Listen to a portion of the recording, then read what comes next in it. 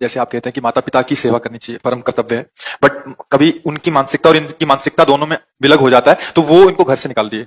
किनको? ये पति पत्नी को घर से निकाल दिए, कह रहे हम आपकी सेवा स्वीकार नहीं करेंगे। इस परिस्थिति में क्या वो ऐसे राजी रहे कि कभी जरूरत पड़ेगा कि हाँ, वो हमें निकाल दिए हैं तो हम जाकर के जवान हैं, हम तब तक इंतजार करेंगे जब तक उन सुखपूर्वक रह रहे हैं। रहो आप, हम मेहनत कर लेंगे, आपने हमें जन्म दिया है, हम आपका अपमान नहीं करेंगे। वैसे तो जैसे बाबा की प्रॉपर्टी पर पिता का अधिकार हुआ, ऐसे पिता की प्रॉपर्टी पर पुत्र का स्वयं अधिकार है।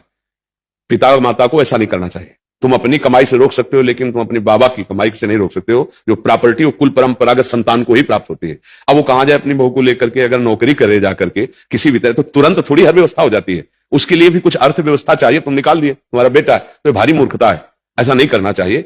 ठीक है, आपने हमें निकाल दिया है तो हम उस कष्ट को सहते हुए, लेकिन अगर हमें कान में कभी सुनने को मिला कि आप सैया पर पड़े तड़प रहे, तो हम वो सब भूलकर फिर पुनः आपकी सेवा में आ जाएंगे।